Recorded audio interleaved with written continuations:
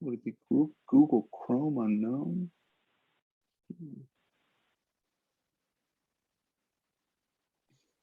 Can you see my screen now? Not yet. Not yet. I'm not sure which one it is, honestly.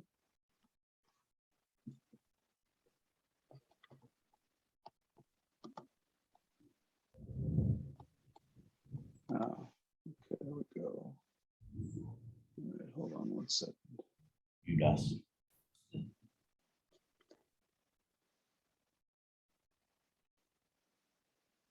Hi, Melinda. Let me try this again. I don't see the screen coming up. I'm not sure what's going on.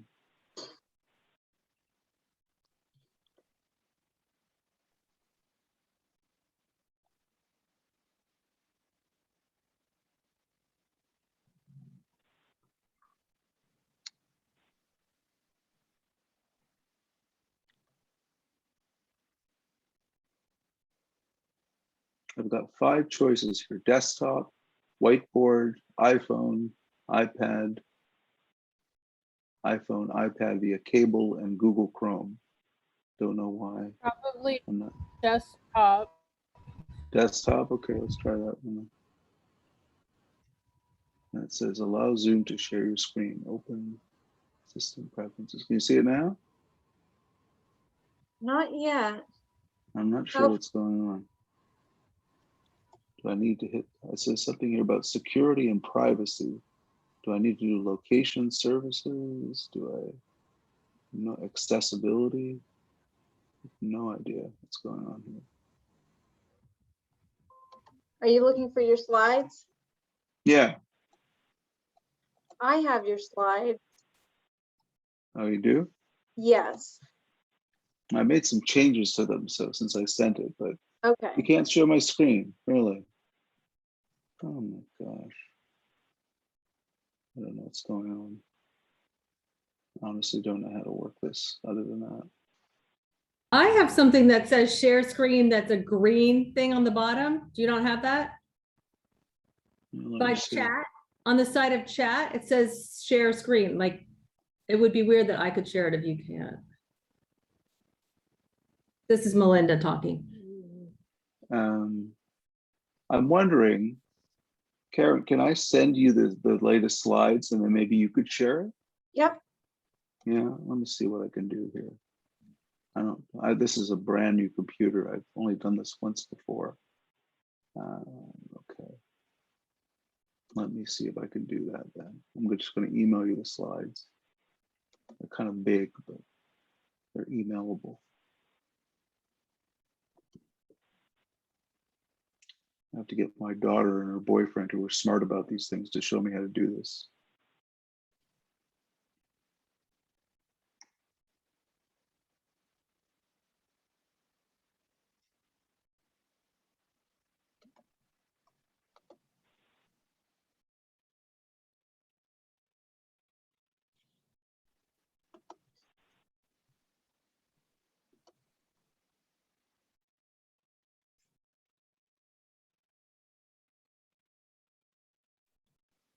Trin, how do you say your last name?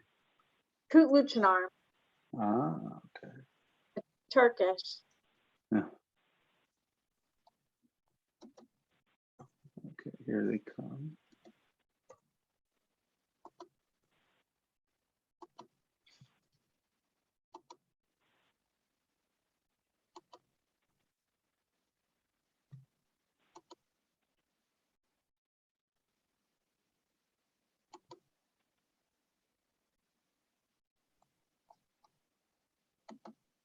Okay, here they come.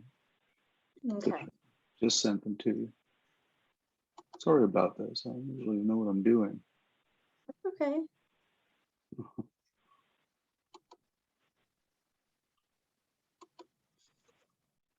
Did they come through? Not yet. Hmm.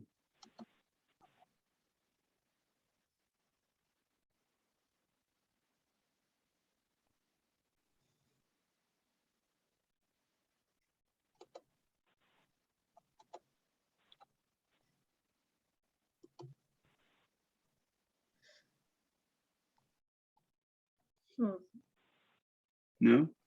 No, not It's yet. Katrin.bcn01@gmail. Yeah, 01. 01. Yeah, I just hit it. I'll try forwarding it to you again.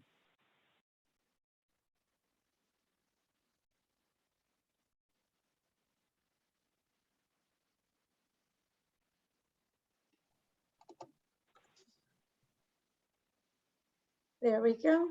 Okay. Got it? Okay, great. Thank Let you. me just download these really quick. I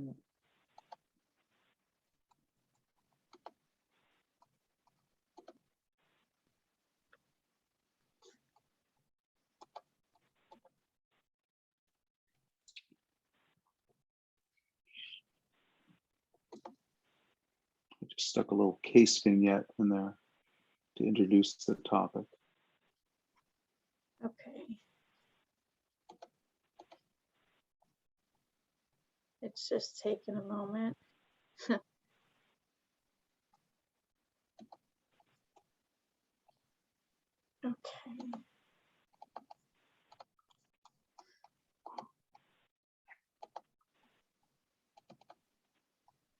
Here we go. Now, Yay. there we go. Just let me know when to change the page. Okay, no, great. No, just, all right, well, listen, thank you for being patient with me. I'm new to your network, but very excited about the work you do and that you invited me for this. And so I'm going to talk to you about an area that I don't think there's a lot of good data on, but I think there's a growing evidence base that I think can inform clinical decision making in your patients with bipolar disorder. So I call it Cannabis and Bipolar Disorder: Promises and Pitfalls, and the balance is more towards the pitfalls, to be honest. So maybe the next slide, Katrin. There we go. Okay, so yeah, there we go. That's the second one, the objectives. I don't know how many of you, know all about cannabis. Are all of you really familiar with cannabis? Probably not, I suspect. But is there anyone here that's an expert in cannabis and doesn't feel that I can tell them that much more about cannabis? Because I know I can't tell you that much more about bipolar disorder, other than maybe some of the studies and the reviews that we've done and some of our clinical experience. So I'm going to spend a little bit of the time, or maybe more of the time, talking about the basics of cannabis and how to sort of appreciate the risk-benefit profile in terms of its therapeutic actions, and finally talk a little bit about how cannabis can affect developing brain and also contribute to the risk for bipolar disorder or even exacerbation of existing bipolar disorder. And if there's anything else you want me to cover, I can certainly try to talk about this. So go to the next slide, Katrin.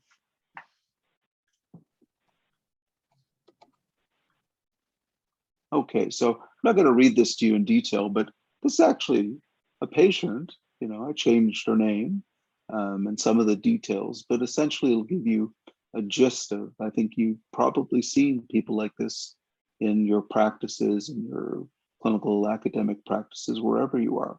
So this is the case of Sarah, who's 22. She's a first-year law student at one of the local law schools here in Toronto. We have 3 or 4 of them. She's been treated for treatment-resistant depression by multiple psychiatrists in this city, and we have a lot of expertise in mood disorders in Toronto. She's prescribed escitalopram, quetiapine, and recently, since I started working with her about 3 months ago, I put her on a relatively low dose or mid dose of bupropion for this resistant depression. But she reports that now she's finished classes in the midst of all the exam stress that she's been under. She usually smokes about a half gram of pot a day. Now it's 10 times that, it's 5 grams a day. And she says it helps her deal with stress, both of exams. And she actually told me, her parents actually, who are both physicians, have been really pushing her to try to catch up. She's been behind. She's had lots of accommodation because of her resistant depression.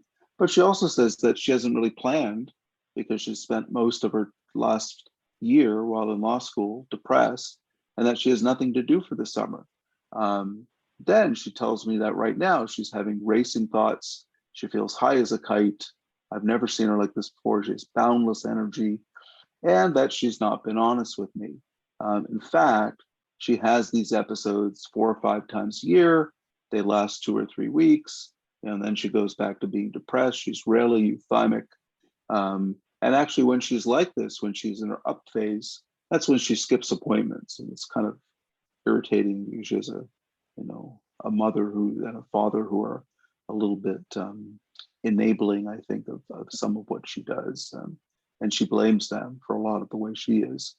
So she says, that's when I don't need your help, Dr. George. Yet, when she presents like this, and I've seen her like this twice, it's not euphoria, it's rather dysphoric kind of up. What I think is a dysphoric mania or hypomania. In fact, her sister, who's also, older sister, is very bright in business school, has been diagnosed with bipolar disorder in the last couple of years. And we put her on topiramate at 50 milligrams at bedtime. She didn't want to take Depakote or Epival or Valproate, whatever you want to call it. That's what I wanted to put her on. She read that it causes weight gain and she weighs too much as it is. So I don't know what your thoughts are about this. What I'm trying to describe here is what Kathleen Brady and many others in the bipolar field that also do addictions. We published on this as well. Alex Cole's paper in bipolar disorder, of substance use in bipolar disorder, and the bipolar illness presents with rapid cycling, dysphoric mania, and a lot of resistance to treatment.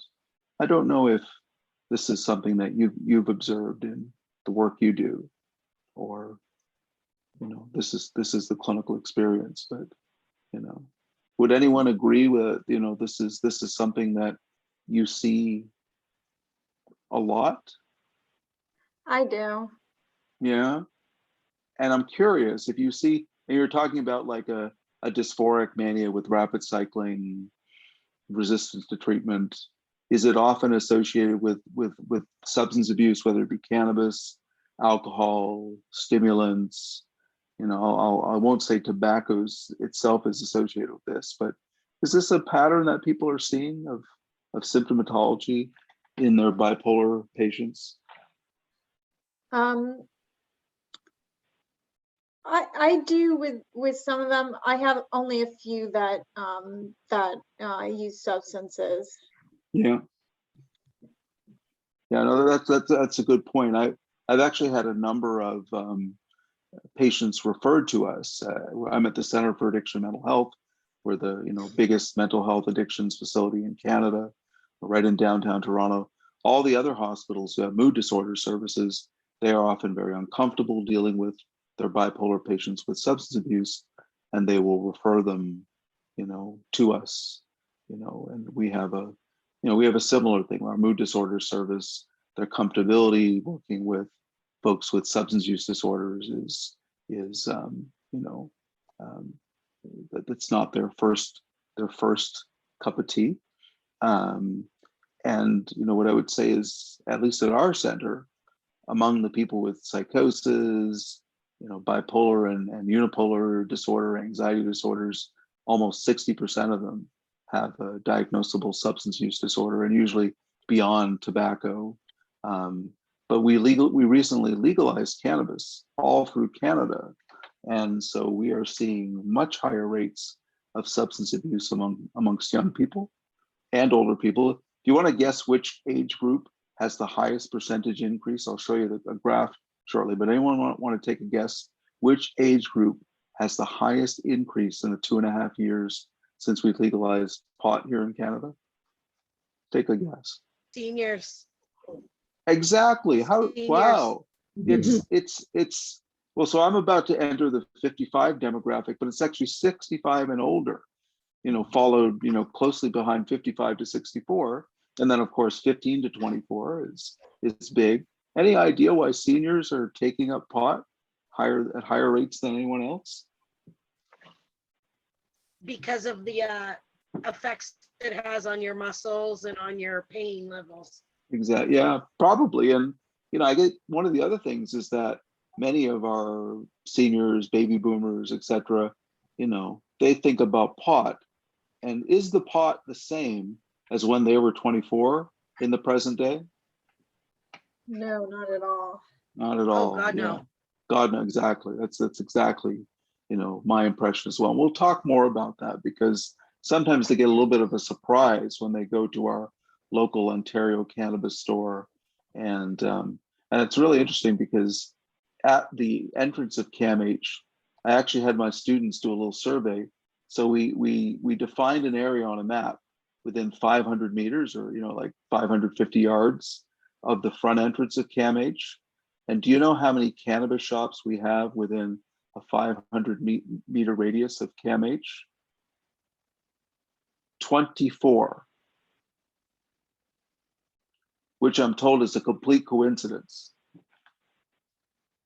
In fact, like a jewelry store or a clothing store or a restaurant or a coffee shop goes out of business because no one can afford to be at, the Tony Queen Street West in Ossington, one of the hottest parts of town, and a pot store comes in its place. So anyway, I digress. So let's go to the next slide, Katrina.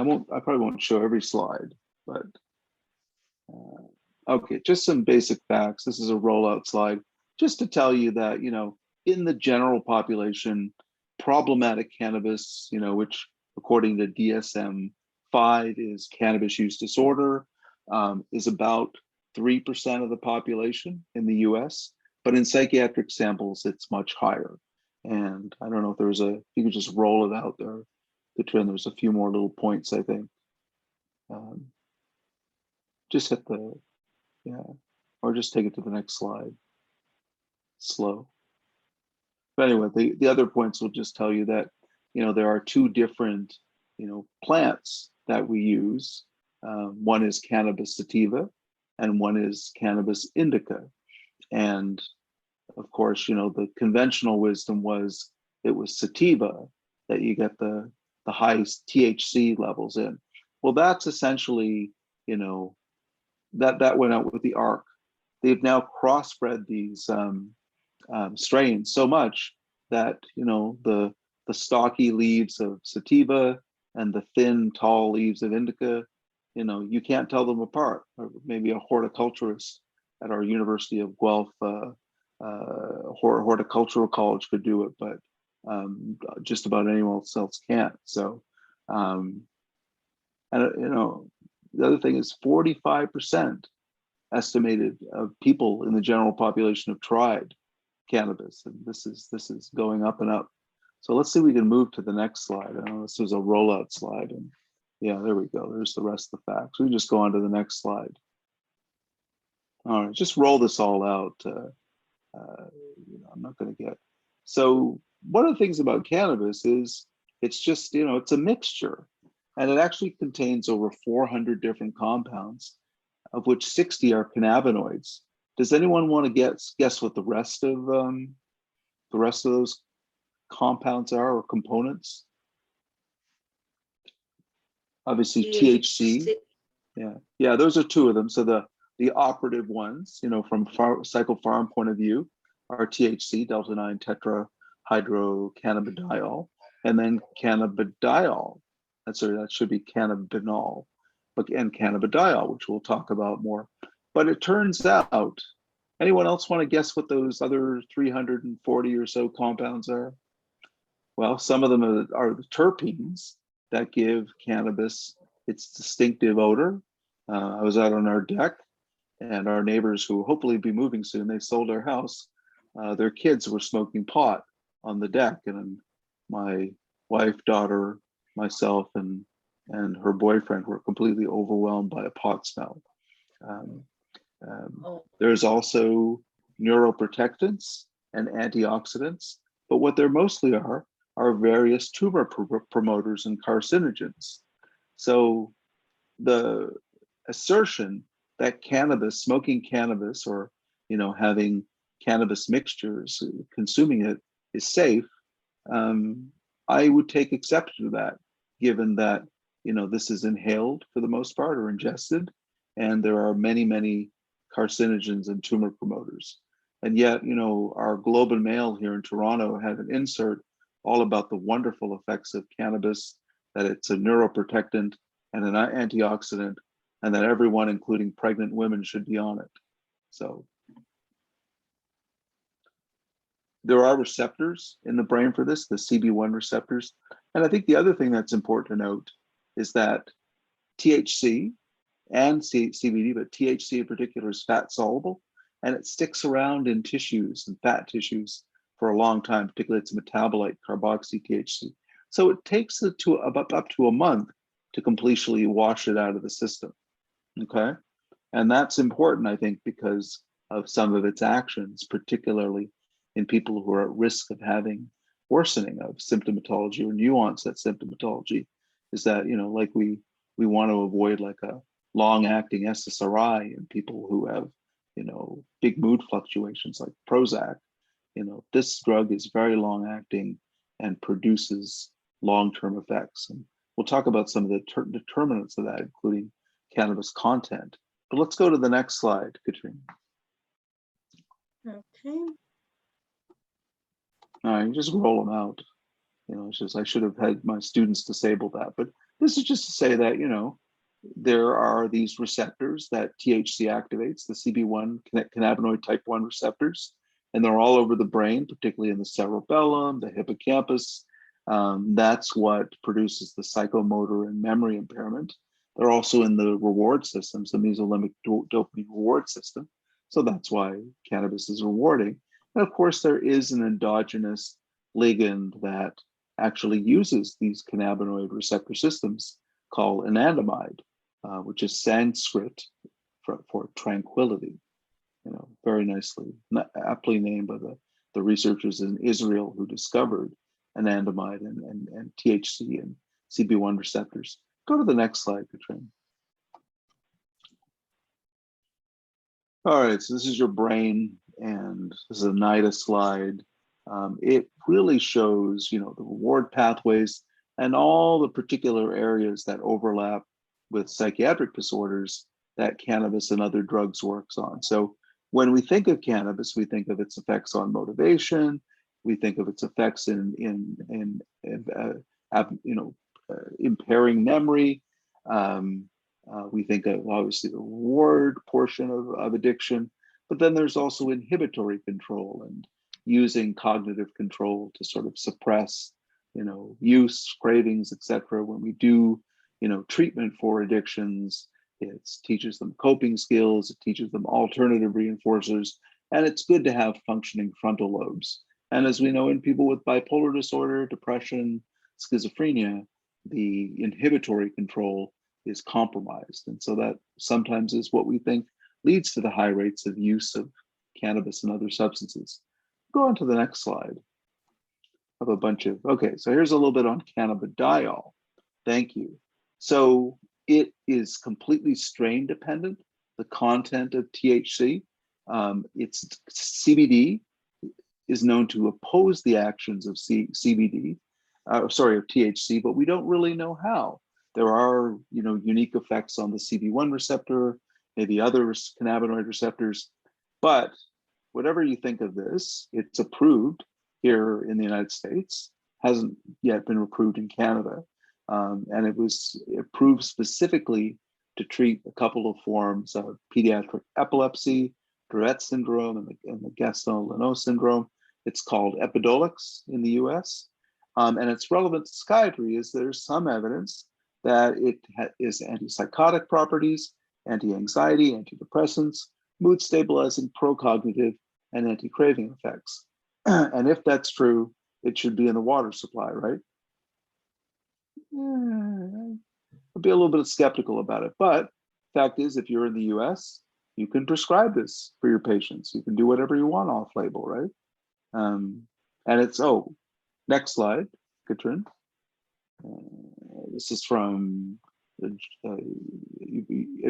some of you probably heard of Psychiatric Times. This is one of the leading psychiatric newsletters in the world. I've been on the editorial board the last 20 years. John Miller is our current editor. He produced this nice slide about a week ago in an article, and it is a nice summary. And I won't go through it in detail, but to say there are a lot of side effects like psychosis and anxiety and memory impairment that are seen with THC versus CBD. This is a Schedule 1 drug, THC, in the United States, and CBD is unscheduled. In Canada, of course, we've now decriminalized it and legalized it in all of our 10 provinces and 3 territories. And, it's an interesting story that I'll tell you a little bit about. Let's go to the next slide. Okay, a few more clinical points. We know in the last 15 years, there's a clear dependence and withdrawal syndrome. The work of Ryan Vandry at Johns Hopkins really, and John Hughes at the University of Vermont really put this forward. We know with intoxication that there is cognitive impairment, psychomotor impairment. One of the things that's a nice clinical sign is what happens to the eyes of heavy cannabis users. They get bright red, conjunctival injection, and of course they can have severe anxiety and worse. And withdrawal is it's not dangerous. It looks a little bit like the nicotine withdrawal syndrome. You're irritable, your appetite's decreased, you're restless, you have trouble falling asleep, you're a bit depressed, and it peaks within 4 to 5 days, 4 to 7 days, and remits within 2 weeks. And of course, when you're using it, makes you hungry. So I had the experience of going to an Italian restaurant last week that was sandwiched between 2 pot shops, and all we could smell was pot. And I got to tell you, I never ate so much pizza.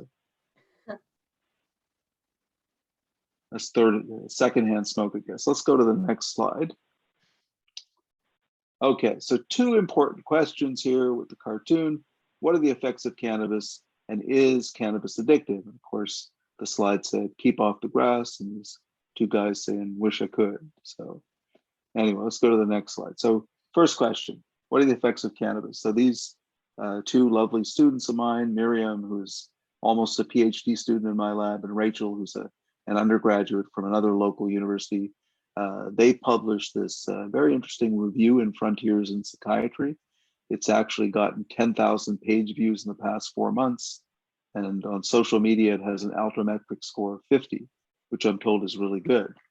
But what they did is review the entire literature of the adverse events that you see from cannabis in healthy people.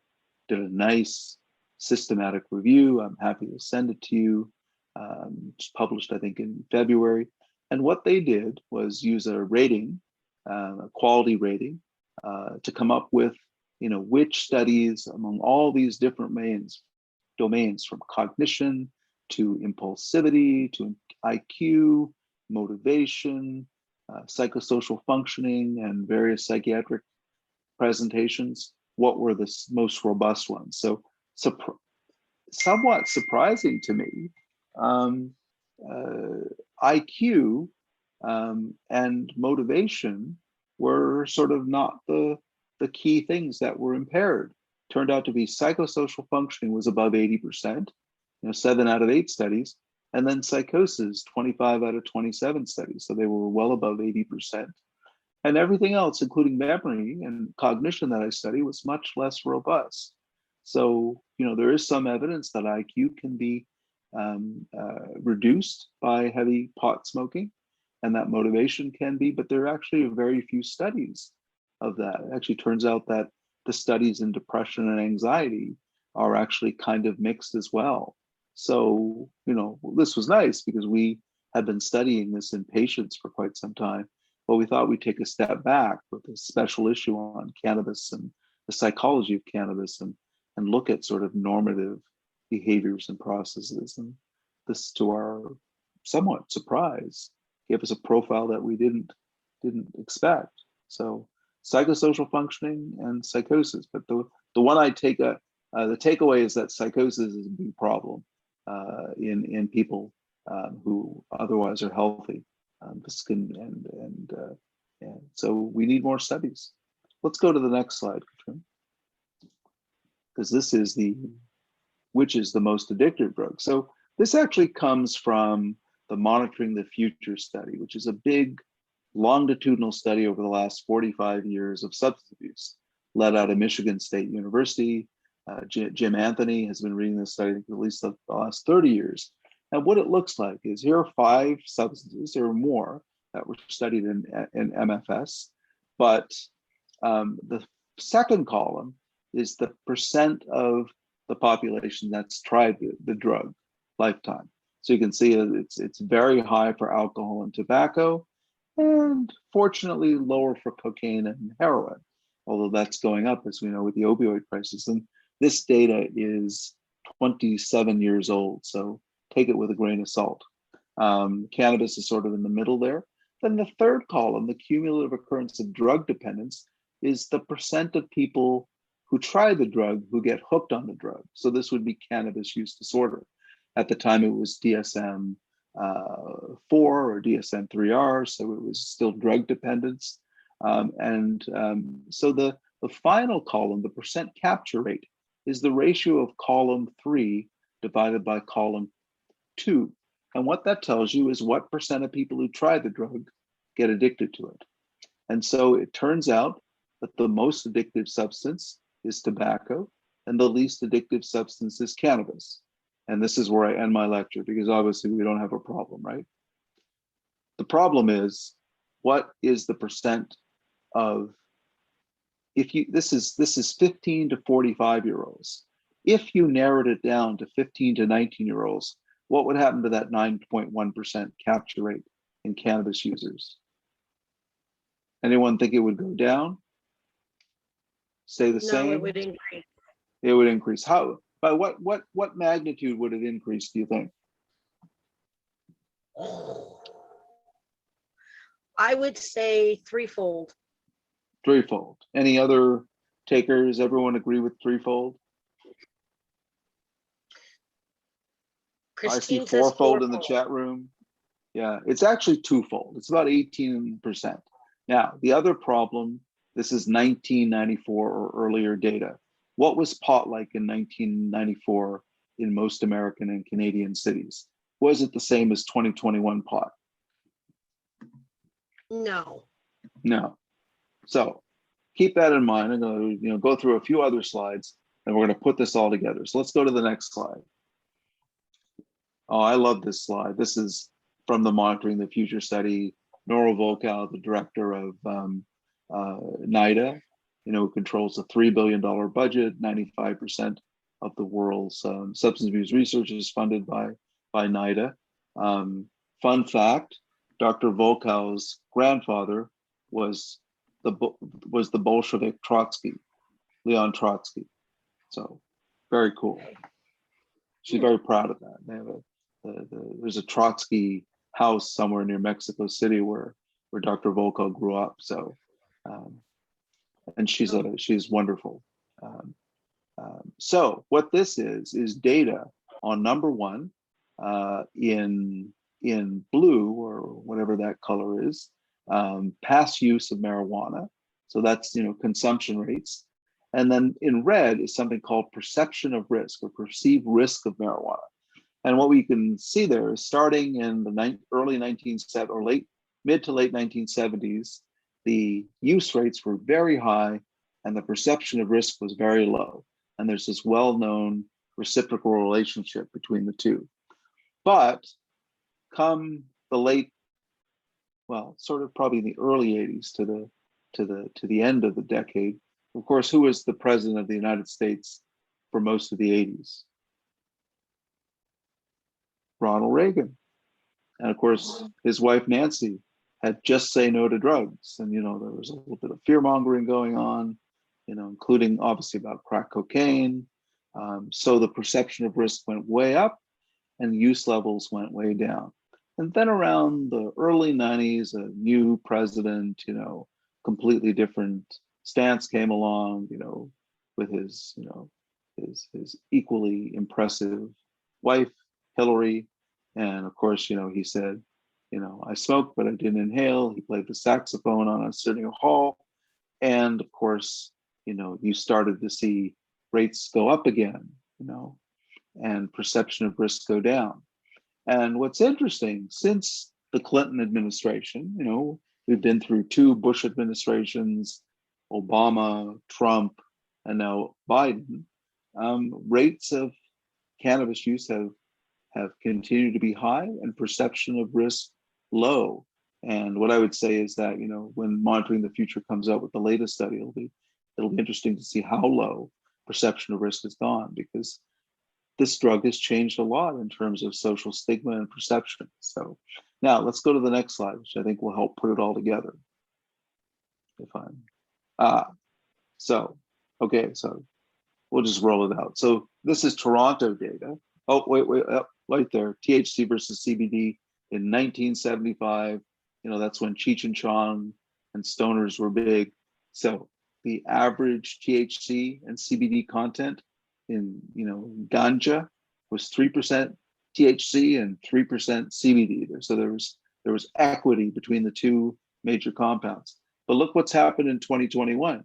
And I think this is also what you see in most US states now. The THC is much higher, 25 to 35%. We're seeing some commercial strains that are in the 40s now. And the CBD is almost undetectable. So what has that done to the experience with cannabis? How does it impact differently compared to 1975 cannabis? Well, it means you get higher. Exactly. Yeah. And what did the CBD? Excuse me. What did the CBD do to that high?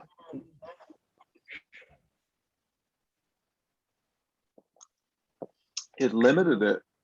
So now you get what we like to say in Toronto. You want the big high. You want the CN Tower high, all 1,800 feet of it. That's what you smoke. Is the no CBD, high THC. Okay. So yeah, things have changed, and also the side effects are much more likely with 2021 pot. So let's move on. And I've talked for a long time, and I want to give you guys let's just go on to, I think there's a few more slides. We should, this is the right brain oriented part of my talk. So look, the thing is that there are many different routes of smoking and vaping and ingesting. Okay, so you got smoking, you got joints and bongs and blunts, which are essentially joints that are hollowed out and tobacco is stuffed in them to sort of reduce, some of the negative effects, sort of make it less agitating. Of course, we have vaporizers, here in Canada and Europe, these atom and volcano vaporizers, that's what's pictured there, are getting much more common. Then we have vape pens. So, these are supposed to be for vaping nicotine, but the 3rd generation ones, the kids can open them up and put whatever they want in them. So in our Toronto schools, we have reports all the time of kids smoking THC in their vape pens and getting high in class. Crazy. Then there's the ingested forms, the candy, baked goods, artisanal. I had a bipolar psychotic patient who got some edibles from the legal store, and he lived, downtown in a part called Kensington Market, which is famous for its fishmongers and vegetables and all kinds of whatever you want. And he saw 2 Toronto police officers, and he went straight towards them, and he basically said, "I'm going to kill you 2." And they tased him and brought him to the hospital. He was trying to do death by cop, and he was so stoned and psychotic after eating a piece of, like, a brownie or 2 or 3 or 4, that's what he tried to do. So crazy. Let's just go on. I have a few more slides I want to show you. I've got a lot more slides I can. Okay, so this is the old stuff: pot, hash, skunk. And let's go to the 2021 stuff. The next slide. Okay, so this is butane hash oil. Okay, So this is the extraction method. What they do is you take a bunch of leafy pot and you run it through butane extraction. And what you do is you concentrate the THC into a resin. And some of the ones names that are used in Toronto are Shatter, Honey, Wax. Right in the middle, they have one called a Casey Jones glass, and right next to it is AK-47 glass. Geez, AK-47, that sounds pretty intense. But what do you think the THC content of some of these formulations are, particularly the AK-47 glass? Anyone want to take a guess what the THC content of AK-47 glass is? Yes, it's definitely high. How high? And somewhere around 56, 57%. That would be some of the ones at top, like the Julian Crumbs and the headband glass. But the ones in the middle, the sort of orangey yellow, those are 80 to 90%. So and those are not legal, fortunately, in Canada, but we are seeing these people in our emergency room constantly. So it's bad. I mean, I saw a young man about a year ago when I was on call, came down from cottage country, and good kid, straight A student, went to somewhere, got this stuff, Shatter, smoked a whole bunch of it with a friend, ended up at Union Station, the big train station in Toronto, trying to throw himself in front of a Via commuter rail train, brought into the emergency room. Within 12 hours, he completely cleared. He said, "What happened to me?" He had acute delirium / psychosis. Fortunately, it cleared quickly. So, and then there are synthetics, right? So K2, spice. So there's a landscape out there of cannabis and cannabinoids that's just downright scary. And you can imagine what it does to bipolar patients. And let's go to the next slide, Katrina. And I want to stop talking because, I've told you all this. So, not surprisingly, there are much higher rates of cannabis use and cannabis use disorder amongst all types of psychiatric patients, and especially bipolar patients, but we just don't have as much data, and it negatively impacts on illness. And let's see if we can just go to the next slide. I think I have, let's just go. We'll skip that one. That's not as relevant to this one. Just a point that if you look at the age of onset of various mental illness and cannabis use, the average age in Canada, and this was for a report on cannabis for our Canadian Center on Substance Abuse. I'm now assumed a leadership role there as the vice chair of the Scientific Advisory Committee, but this is like Friends of NIDA in the US. It's a nonprofit that's arm's length from the government, and it's Canada's leading NGO for drug policy. So sort of unique in that way. But the average age of onset of cannabis use in Canada is now 12 years old. It had been 14 or 15. It's now 12. Scary. Wow. Yeah, wow. Childhood disorders like ADHD and anxiety, 7 to 10 years old. But the problem is, key disorders like schizophrenia, bipolar disorder, depression, eating disorders, it's right in that perfect storm area, right? So if brain development is happening between like 10 and 21, and maybe it's a little, more extended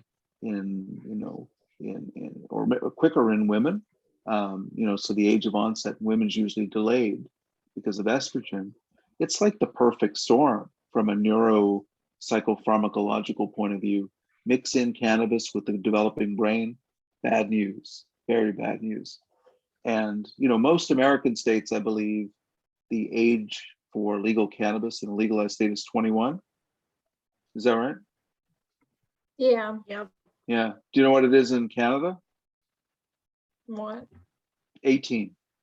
19. Yeah. 18. And 19 in a few states, in a few provinces where alcohol is 19. So alcohol in almost all Canadian provinces, the legal age is 19 as opposed to 21.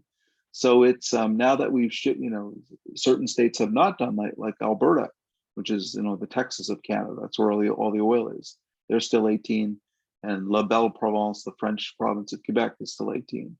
But Ontario is 19, our biggest province. And so, they wanted to synchronize that with alcohol age limits. So, but very interesting. So let's just go on to the next slide. And I want to show you some American data. I think let's see. Okay, hold on here. I'll just show you this one.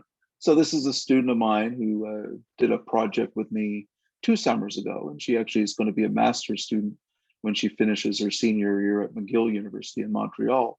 And what she's done is, her name is Grace Pokosnik. And what Grace did is surveyed the literature and looked at the effects of cannabis on psychiatric outcomes in otherwise healthy subjects. So very similar to that other paper, but wanted to know what kinds of studies supported transitioning on to serious disorders like psychosis, including schizophrenia, hypomania or mania of bipolar disorder, depressive symptomatology. And what she found, of course, not surprisingly, like the other study, almost all the studies that tracked psychosis were positive, okay? There were very few studies that looked at bipolar disorder or even just symptomatology like hypomania and mania, and very poor quality studies, mostly cohort and cross-sectional studies, only 4 of them, but all 4 of them are positive. I guess the nice thing is across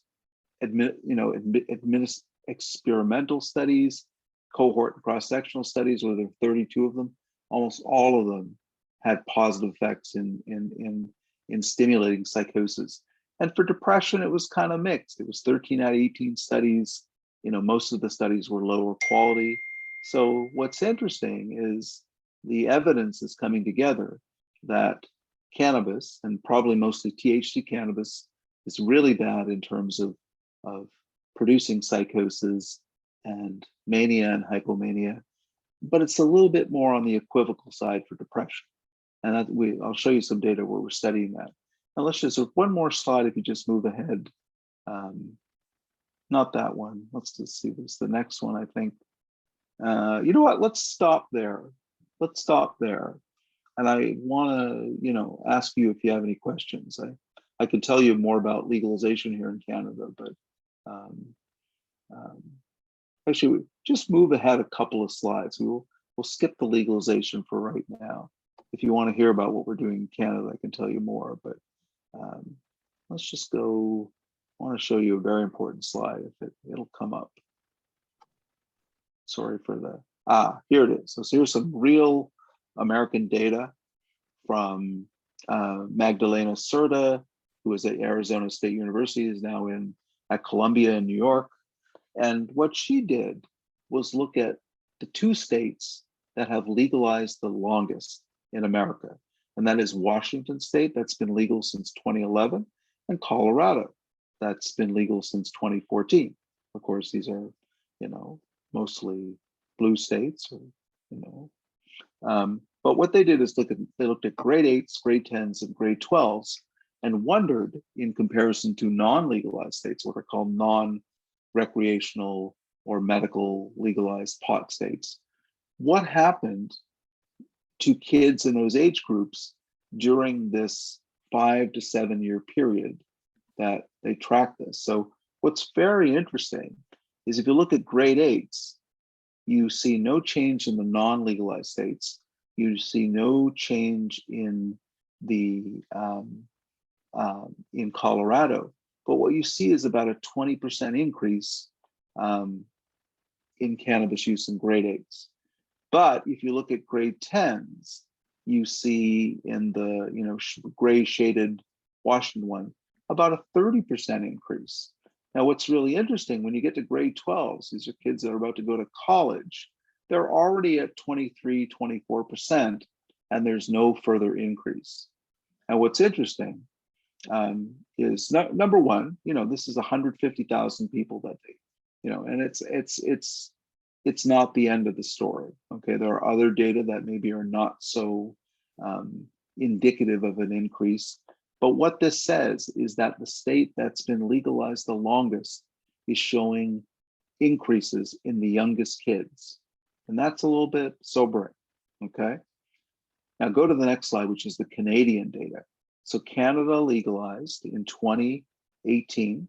And what this does is look at cannabis use, and the Health Canada or Statistics Canada, which is our main way of tracking all sort of demographic and statistical data when we do our annual surveys, like the US surveys or the census.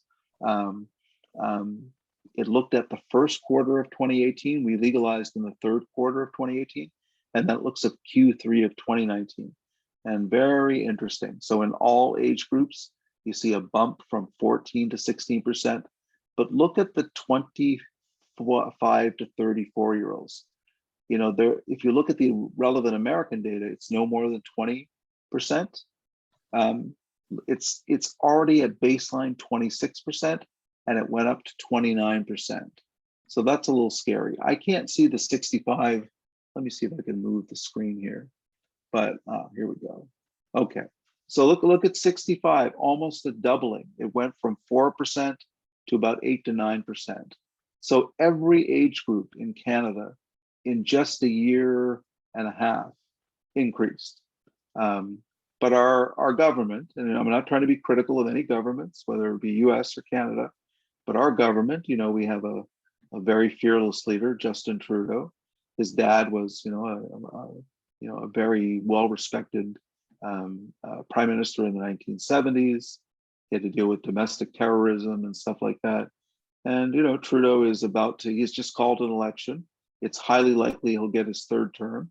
There are not term limits, but he is, with his wife, Sophie, they have been called the hottest first couple in the world. Pretty darn good looking. But this is what his signature legislation has led to, at least 15 to 20% increases or more in all age groups. Hey, only the 55 to 64 hasn't increased that much. So, but everybody else has. So you can, there's one more slide, Katrine, that I'll show you, and then I'm going to shut up. I know many of you probably have to leave. This one is really interesting. So my colleague, Kevin Hill, who's at Harvard, at Beth Israel Deaconess Medical Center, he's written quite a lot in the area of cannabis and various therapeutic indications. So I don't know what it is in your states, but here in Canada, Health Canada has many things on its website. It lists 104 different therapeutic indications for cannabis. But this slide that Kevin and I put together for the American Academy of Addiction Psychiatry shows what the data looks like in terms of substantiated therapeutic uses. And what you can see, getting the highest rating, a grade 3 for strong evidence, i.e. multiple studies, multi-center trials of sufficient sample sizes, the only medical indications for cannabis, and this would be primarily THC, but some could argue CBD, are number 1, the spasticity of multiple sclerosis, number 2, chronic arthritic back and neck pain, and number 3, neuropathic pain that you'd see with diabetes or HIV. Interestingly, chemotherapy-induced nausea and vomiting, not that strong. HIV wasting syndrome, not that strong. Glaucoma, which I thought, was really strong, very minimal, weak evidence. If, as a psychiatrist, I hate to do this, but I'm going to split out psychiatric disorders from medical disorders. There is no psychiatric disorder or symptomatology that gets a good rating. There is equivocal evidence for major depression, panic disorder, PTSD, substance use disorders, generalized anxiety. And in fact, what I would tell you is there is clear harms with schizophrenia and bipolar disorders. So, I can show you a few other slides. There's a couple of interesting studies. I can show you some of our own studies that have asked the question, what happens when you get someone with a mood disorder to quit using cannabis for 1 month? So I can show you that, but I would love to just stop here and take any questions that you have. And I hope I've made the case that, there's a lot of information out there about cannabis. There's a lot of our patients with bipolar disorder and other disorders who've used it. And I think we've not been given a great transparent bill of of what's going on here. Health Canada, I'll speak for where I live right now, has 105 different indications, including sleep, post-traumatic stress disorder, just so many indications. We have people going to these pot shops with psychiatric disorders, getting this stuff, not just THC, but CBD.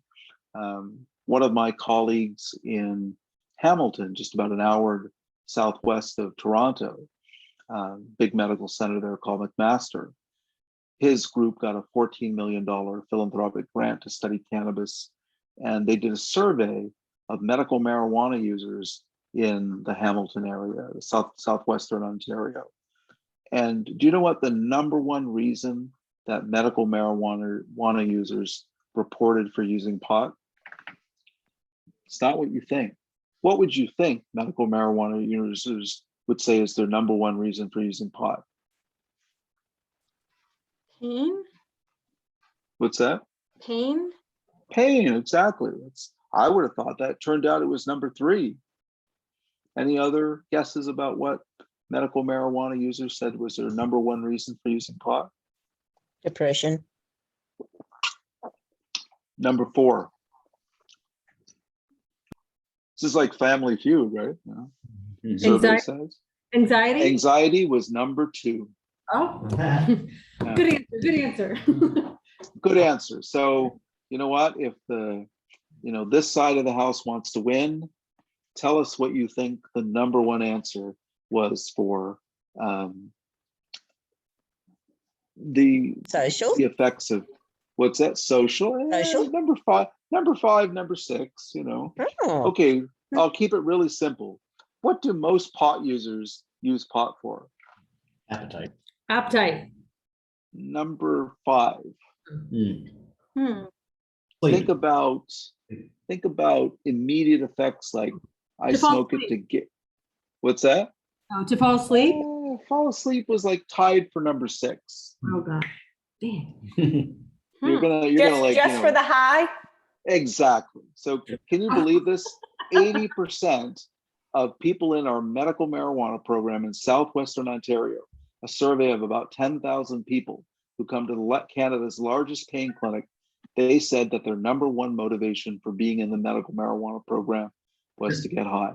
And this is paid for by the Canadian taxpayer. And another fun story, and this I've had a similar experience, consulting to the VA in the US, but Canada's veterans are treated by something called Veterans Affairs Canada. And through what are called occupational stress injury clinics, they can get medical prescriptions for cannabis for whatever they want. Sleep, anxiety, back pain, you name it, all the things that we talked about. Do you know what the percent THC that the program allowed up until 2018 was? I'm sorry, no, let me tell it this way. What was the daily amount of pot that was allowed for these people who got, pot from the government? How much pot in grams per day were they allowed prior to 2018? Anyone want to take a guess? 1 gram? Now that interesting, 1.2 grams is the average daily use of cannabis users in Canada.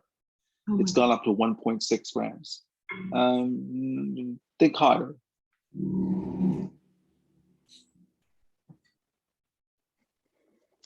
That's already a All lot. right. I'll just tell you, before 2018, it was 12 grams a day. Wow. Yeah. You would think that would make you suborbital, that you could go fly high like, Elon Musk and Jeff Bezos and almost, a committee of about 10 of us, the so-called experts, came together to advise the Canadian military. And there were all these generals and like general, jackets and stuff. And, I asked them, I'm curious, so the upshot was we got them to reduce it to 2 grams a day. and I asked this, you can't handle the truth question of one of the generals. I said, General, I'm just curious. Is there something bad that happened that you want our advice to reduce the amount? And he said, Doctor, I can't tell you that. That's highly classified. So anyway, interesting. So questions. You want to see some of the data from depression about what happened to depression and people who quit for a month? Yes, please. All right, Katrina, you may just have to go ahead a few slides. I'm going to skip a bunch of things, but let's skip that. I can come back to that. Just before, let's go through this slide. This is treatment. So this essentially says the most effective treatments we have are behavioral, to engage patients, motivational interviewing, and probably the top ones for keeping people reduced or abstinent are cognitive behavioral therapy or coping skills, relapse prevention methods, alternative reinforcers, and contingency management, that is paying people as an alternative reinforcer to reduce or stop their pot use. We have no approved medications. Almost everything's been tried. A lot of people have sort of jumped on Kevin Gray's ship and acetylcysteine, the nutraceutical looked really good in an adolescent trial about 10 years ago. It was published in the American Journal of Psychiatry.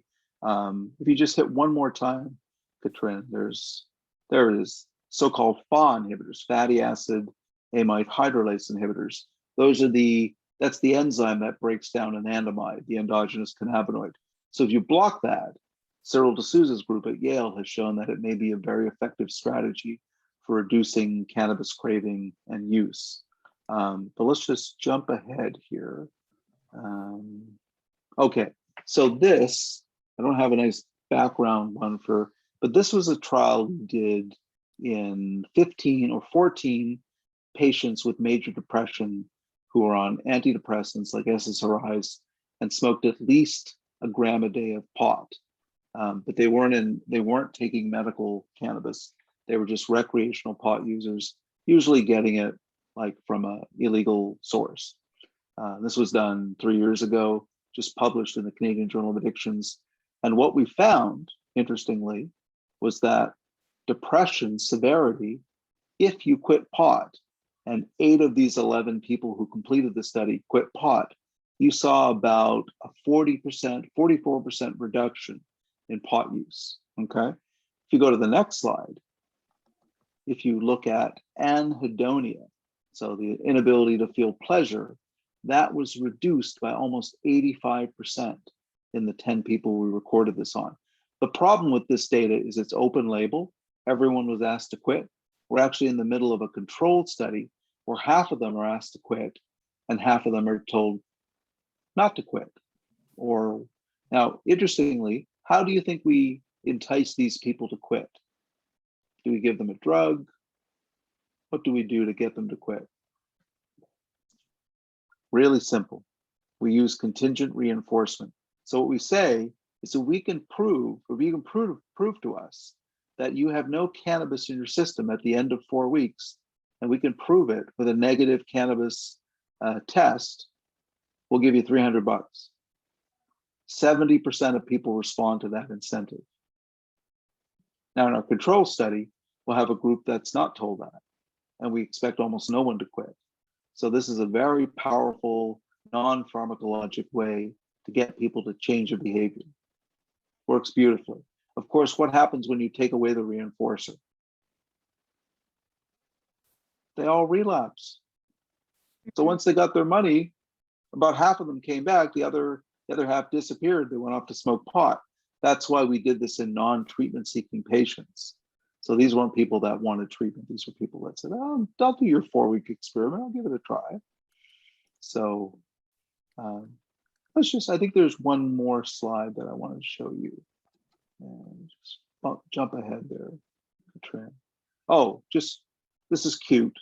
So we published a paper around the time of legalization, and that's Kevin Hill from Harvard and Franco Vaccarino, who's the president of the University of Guelph here in Ontario, behavioral neuroscientist.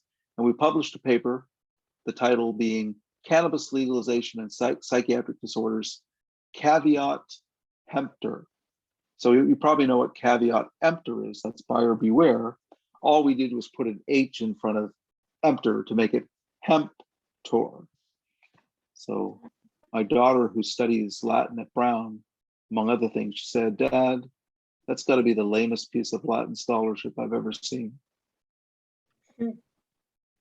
Anyway, just let's go to there is a, okay, so let me just go to the final slide, or almost final slide. I'll show you. I'll roll this out. So these are, and of course, the computer messed it up, section 1 to 6. These are suggestions on what we should do ideally to make legalization, as safe as possible, and how well our Canadian government has done this. And you could say the same in California and many other legalized states.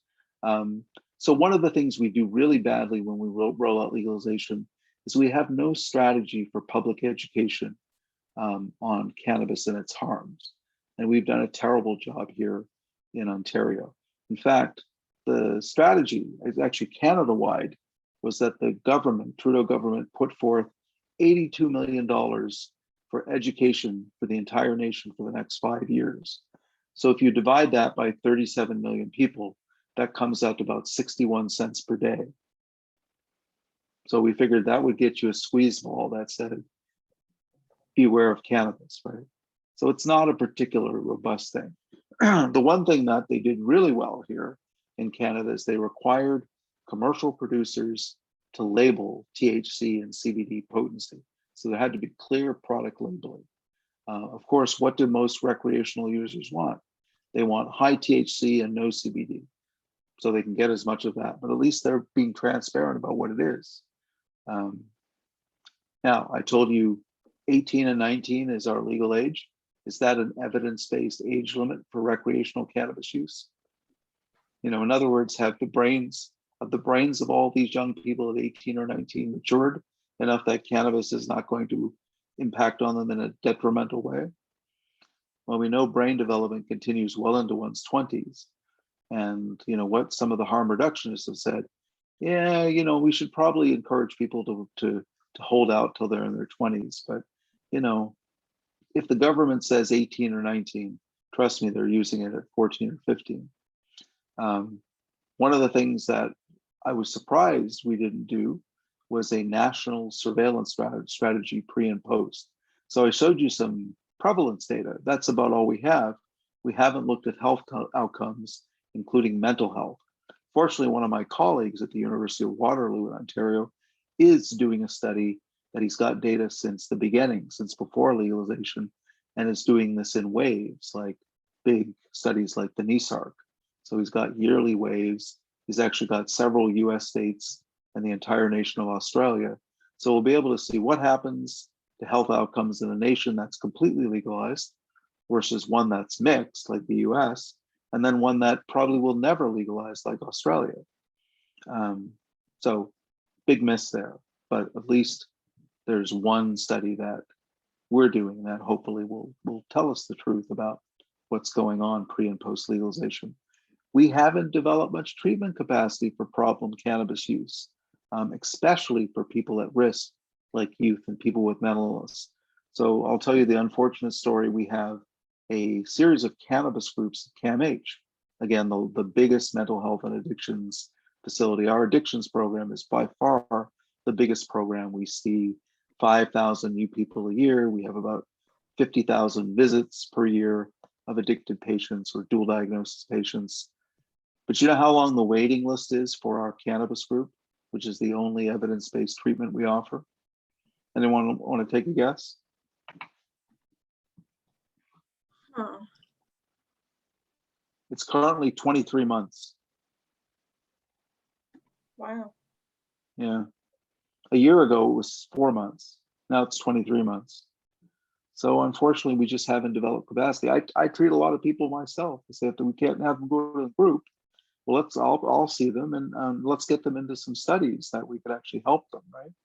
And then I think, one of from the point of view of healthcare professionals and physicians and psychiatrists, we've done a really bad job with educating and training physicians and healthcare workers on the harms and benefits of cannabis. So I'm hoping, that if you, haven't had a chance to read all the review articles that I've quoted, that this presentation will have been somewhat helpful, and I'm happy to make as much, information known to you. But 3 years ago, I went to speak to a group of 60 family physicians and their residents at a family health team in, about an hour from Ontario, affiliated with a major medical center that wasn't my own.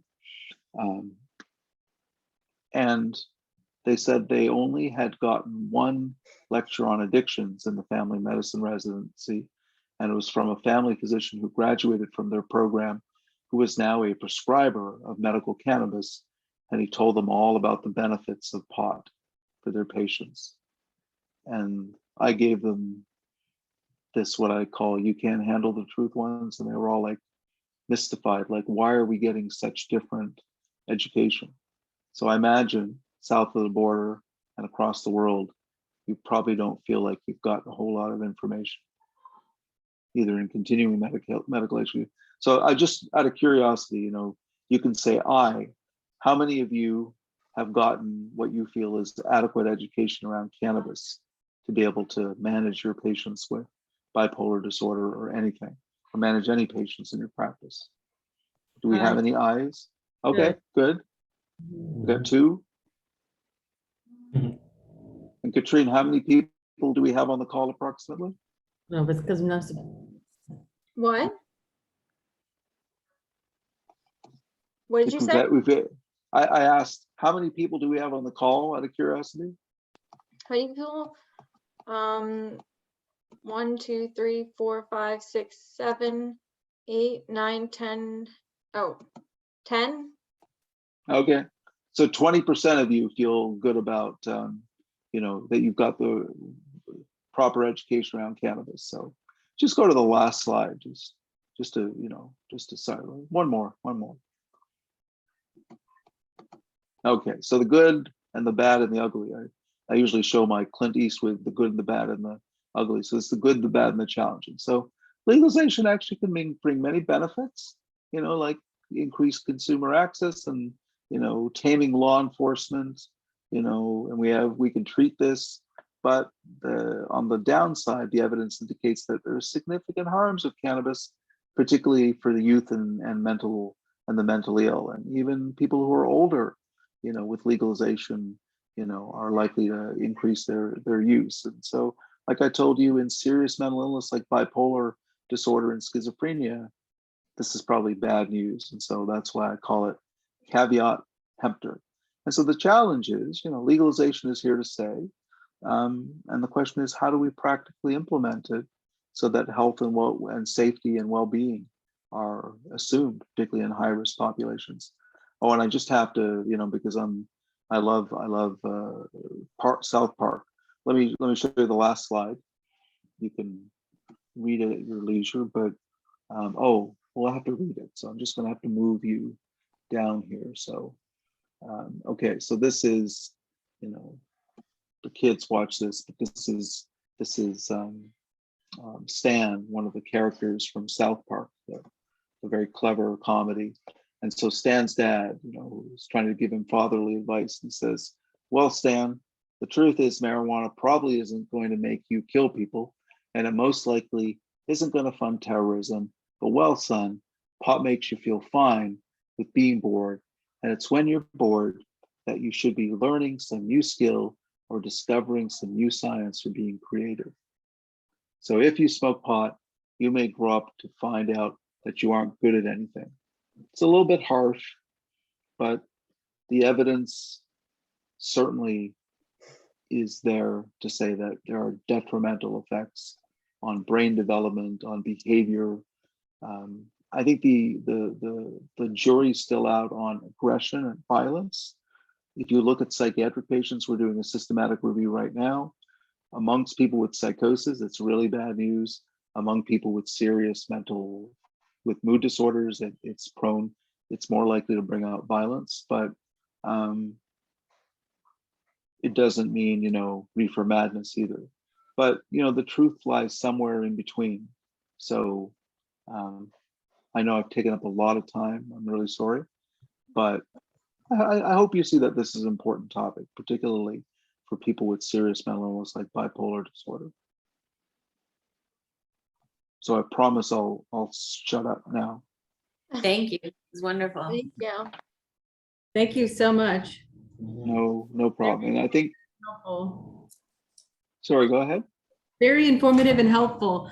Okay. And it's the same in the US. I've been trying to find a place for addiction treatment for THC, and nobody wants to take on THC. And a lot of the places, rehabs here, use THC to get people get off of more serious substances. So It's crazy. I mean, the whole database around opioids, like the opioid sparing effect of cannabis, is just completely misinterpreted. So if you actually look at the experimental evidence, I have a colleague at UCLA named Ziva Cooper, Dr. Ziva Cooper. She's a translational scientist. She can show very clearly that cannabis or THC can reduce the need for opioids, but to suggest that cannabis legalization is a treatment for the opioid crisis is bordering on ridiculous. I mean, it's like saying, who won the election, right? right. Yes, 80 million people voted for him, but he didn't win the election. So, I mean, look, we're all over the world, we're seeing misinformation or misinterpretation of information. And the data about cannabis and opioids is mixed, but the good data is saying it's not going to solve the opioid crisis. I'm sorry, but it's discouraging that treatment programs are actually using them in that way. What I tell you is some of the more reputable programs that I know, like Hazelton, Betty Ford, McLean Hospital, Brattleboro Retreat, they're using the evidence. So, but we see the same thing here in Canada, lots of misinformation. I mean, my gosh, 105 therapeutic indications listed by the equivalent of the FDA in Canada, Health Canada, when there's really 3 or 4. Our minds are boggled. So, yeah. So, I mean, and what's really disconcerting is that, the information that's out there in continuing medical education, from leading medical schools is pretty minimal. So, our residents, until we change the format to a month of addictions in the 5-year residency, instead of 4 years, we do 5 years in Canada. They got virtually no addiction training, and they still come out of residency knowing very little about addictions. And 95% of them don't go into addiction psychiatry, but they all go into subspecialties or general psychiatry where they're seeing addicted patients. So this is, the American Academy of Addiction Psychiatry has done a lot to sort of promote addiction, capacity building, assessment, treatment. And there are actually, if you don't have to attend the meeting, but if you go on their website, there are actually really good resources. But what I would say is there just aren't enough champion physicians out there to help, whether it's in psychiatry or internal medicine or any field. There isn't the number of experts out there to really do this well. And within states that are legalizing, and there are 15 now, including the District of Columbia and all of Canada, I mean, it's very sad. In all of Canada, we have 44 addiction psychiatrists for a country with 37 million people. There are well over 1,000 in the United States. So your ratio is 2 or 3 times higher, but again, inadequate for, there are a lot of, internists that do addiction. So, the numbers are better, but, you guys know, as people who treat folks with bipolar disorder, I'm sure it's very difficult unless you have that expertise yourself. And even many of our addiction psychiatrists really don't know much about cannabis. They know about opioids and alcohol and stimulants, but have never really learned much about cannabis. So anyway, I'll get off my soapbox. Can I just ask a question? I'm from Australia, and Yes. so as you pointed out, cannabis isn't legal and won't be. Our cannabinoid That's really oil true because, is currently scheduled. yeah, no, that's good. I'm good to hear that because The cannabinoid oil. sorry, go ahead. We're changing the cannabinoid. We got a delay in time. The cannabinoid oil is currently Schedule 4, and it'll come down to Schedule 3 sometime in the next 3 years. It's been approved. Yeah. Uh-oh, we lost Chris. No.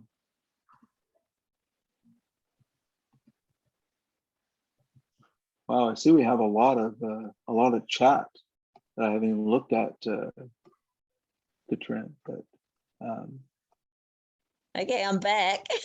oh, there you are. Okay, that you know, it's a long way Yeah, between sorry. Australia and I'm not sure. yeah. Yeah, I'll try and stay still. The cannabinoid oil has been approved to go from Schedule 4 to Schedule 3, so it'll become over That's the good. counter. So that'll That's happen a great. couple of years before that happens. But are you seeing any contraindications for using cannabinoid oil in bipolar? That's a great question. And what I would say is it's been really badly studied. What I would tell you, and my colleague Kevin Hill in the US, he would tell you that the safety itself hasn't been rigorously studied in anyone, you know, let alone with a serious psychiatric illness. The very preliminary evidence suggests some mood stabilizing effects and some antipsychotic effects. But if I had the ability to prescribe it here, it's not legal yet in Canada. I'm sorry, it is legal, but it's not been approved like it has been, you know, in the US. I would be a little bit cautious about it because there are other effects, including interactions with bipolar medications. So it interacts with lithium, it raises lithium levels. It has effects with some of the other interactions with all other anticonvulsant mood stabilizers. Not well documented, but you know, some initial reports. And so we're writing a paper right now on the safety of cannabidiol. I know less about it, but my colleague Kevin Hill is very concerned about drug interactions with CBD. So I would tell you it's a lot more innocuous than THC, but we just don't know. So, you know, I mean, drugs in all of our countries go through extensive safety testing right before they're approved, you know, right? So why don't we do this with these psychopharmacologic agents around cannabinoids, right? So it's just, you know, the policy and the perception is way out in front of the science, and we need to close that gap. And it's interesting. What part of Australia are you from? Queensland. I'm not far away from the Gold Coast. Oh, okay, beautiful. Yep. I have a colleague who just moved from Melbourne to Toronto, Dr. David Castle, you know, who's a quite well-known psychiatrist in Australia. And he edits the book called Marijuana and Madness, which is one of the leading textbooks on marijuana and madness, you know, on cannabis and psychiatry. And so we're very lucky to have David here. He was the chair of psychiatry at the University of Melbourne and St. Vincent's Hospital in Melbourne. But he's really one of the, you know, icons in the field, and told me all about sort of the, you know, the landscape in the past few months he's been here. So it's interesting that, you know, that's why my colleague Dr. Hammond wanted to include Australia, just because it's unlikely to change, like you said, in the next few years in terms of cannabis legalization. So you know, again, the more data, the more interest we can have around this topic, I think the better. So but I'm certainly happy to answer questions if people think of them. You know, I'm sorry to keep you so long. I'm very passionate about this topic, but you know, and I think a very important one to consider that needs more research, you know, around cannabis and people with mood disorders, particularly bipolar disorders. So. thank you for your questions and your interest. Anyone Thank have any you. questions? Yeah, hi there. I have a question. Thank you for putting this on. I'm really sorry I came quite late. I've only been on for about 40 minutes now. And I'm bipolar and also a THC user. And I'd like to, you've probably already covered this, but I'd Yeah. like to see some of the information that you're referring to about the contraindication for bipolar, because I'd like to go through that. I've not done a lot of research. and Okay. Probably quite Yeah. important for me to get Yeah. more read. Well, I think, this is part of the problem is that, what I would say, and just, so you don't think I'm, trying to, be so dogmatic about it. A lot of people with mood disorders, including bipolar disorder, use cannabis, like you've said, and, they do fine. But I think, and again, I only showed 4 studies that have been done in bipolar patients or manic hypomanic patients that we could find in the literature that were of good quality, and they all suggested negative effects. These were mostly in young people, so they hadn't had yet developed a psychiatric disorder, but unfortunately in all 4 studies there was evidence that they would progress into the hypomania or mania. But that's not to say that a lot of people don't perceive a benefit. So one of the things that gets misunderstood about all drugs is that, of course, when you stop using them for a few hours to a few days, you can get withdrawal. And then when you smoke pot, that withdrawal goes away and you feel like it's helped with the anxiety, it's helped with the depression. But that is withdrawal relief. It doesn't mean it's antidepressant or mood stabilizing. So, what I would say is there's a lot of education we have to do around addictions. And, there's this whole, perception of self-medication, which I don't doubt exists. But what I would say is if you're using a substance, so take tobacco, to take that anxiety away, and you're a chronic smoker, all you're doing is taking one step forward and one step back. Well, Now- I don't really use it for medication, and I'm an old Yeah. man. I'm an old man. I was diagnosed bipolar like 20 years ago, and Yeah. I've been using THC off and on since I was like 17, right? And Yeah. so I don't know what that means for my case, What? but Yeah. How are you? It sounds like you're not a daily user, though. pretty frequent. I have the Pretty frequent. oil, the Yeah. THC oil, and the Yeah. the concentrate vaporizer pens that I just go buy at the co-op. Yeah. I'm in Canada as well. Okay. Yeah, and what I would say to you is, I think that you should be cautious, but my guess is that I gather you're in treatment. Are you for your bipolar disorder? Yeah, and I'm on Yeah. medication as well for Yeah. stabilization. Yeah. What I would tell you is we presented a case of a young woman here in Toronto with what was eventually diagnosed as bipolar disorder.